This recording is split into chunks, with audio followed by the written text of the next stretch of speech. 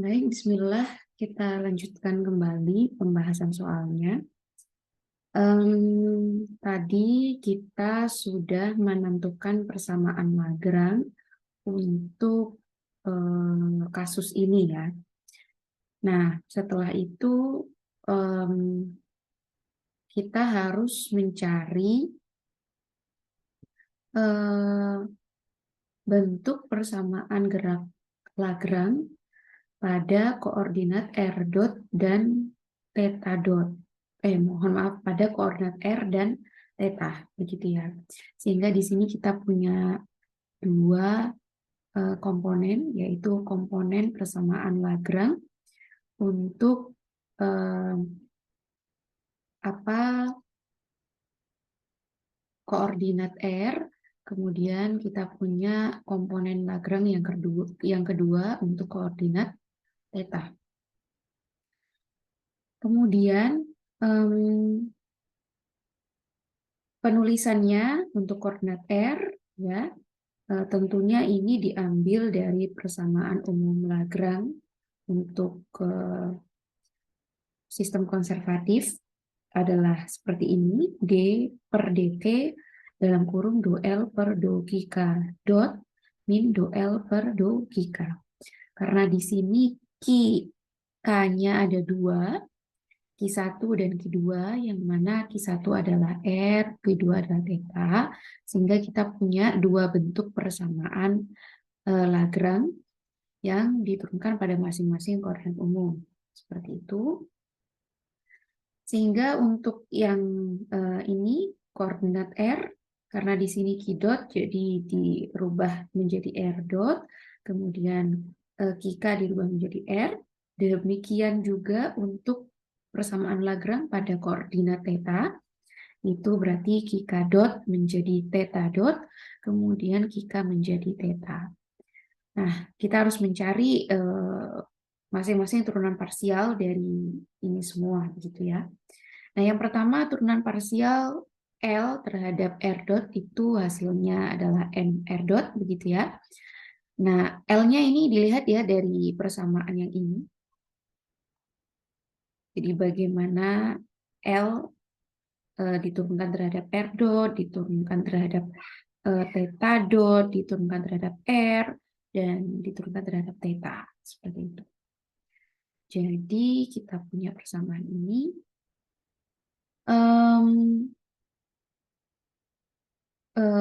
Persamaan ini merupakan hasil dari turunan Lagrange terhadap R, terhadap komponen R, begitu ya hasilnya ini.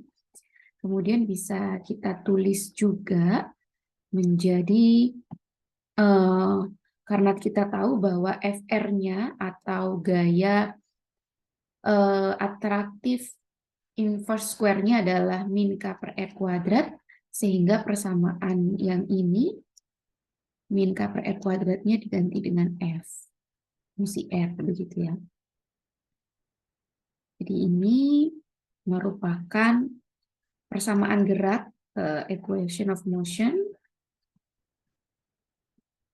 dari partikel yang ditanyakan, yaitu partikel yang bergerak dalam pengaruh gaya atraktif kuadrat terbalik dan pada partikel tunggal, gitu ya. Jadi kita sudah menyelesaikan soal yang kedua, ya, persamaan gerak.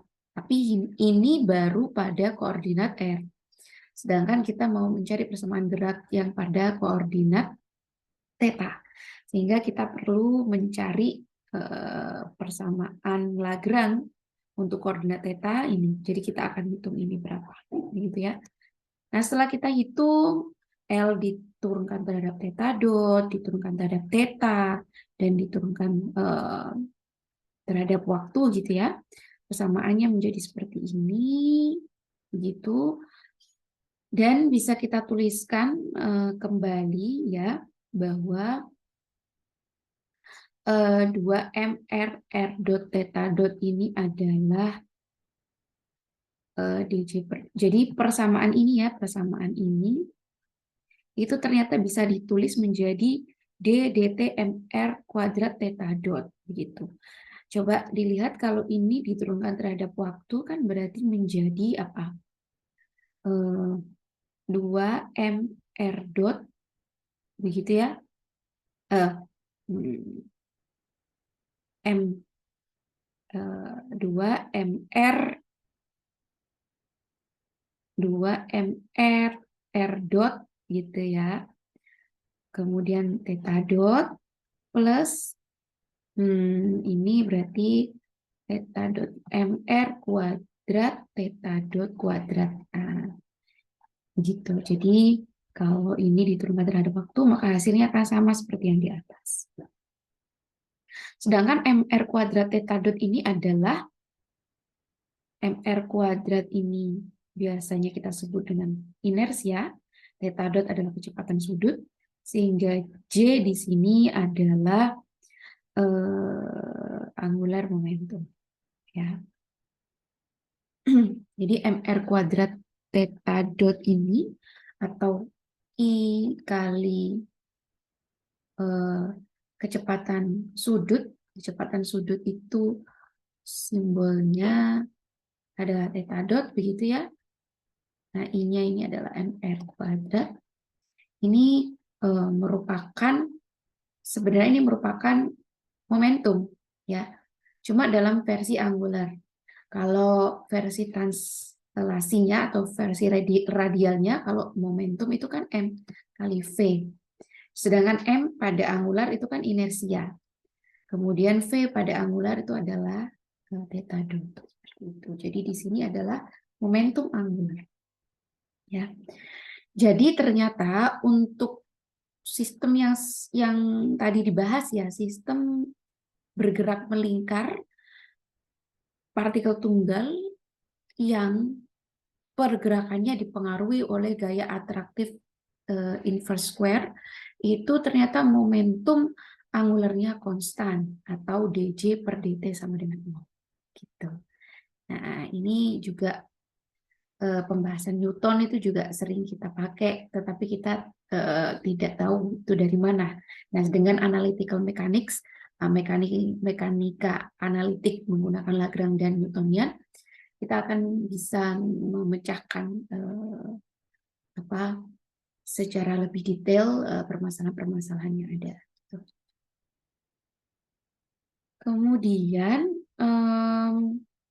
selain persamaan gerak itu soalnya juga menyuruh kita untuk mencari gaya umum ya. Persamaan gerak tadi sudah ketemu diperoleh dari persamaan Lagrange pada theta dan r gitu ya, sehingga kita punya persamaan gerak pada theta dan r. Kemudian kita mencari generalized force atau gaya umum. Tentunya nanti berarti kita punya QR dan Qtheta ya, ini yang harus kita cari. Nah, berapakah nilainya? Begitu. Dari contoh sebelumnya kita sudah tahu bahwa QR itu sama dengan FR, kemudian Qtheta sama dengan RF theta. QR ini adalah gaya pada koordinat R, itu sama dengan FR, gaya pada koordinat R. Sedangkan gaya umum pada koordinat theta itu sama dengan R kali F theta. F-nya ini adalah gaya actual force atau gaya-gaya yang kita kenal secara umum. Ada gaya gravitasi, gaya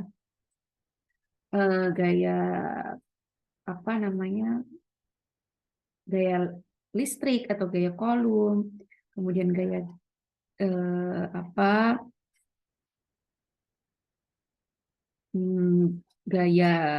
magnet seperti itu ya. Jadi itu adalah gaya-gaya yang umum kita ketahui. Sedangkan kalau Qtheta itu untuk menjadi Qtheta harus dikalikan dengan R karena Qtheta ini adalah gaya umum pada koordinat theta seperti itu. Atau kita sebut dengan torsi biasanya ya. Gaya pada komponen sudut itu adalah angular force atau torsi biasanya. Kemudian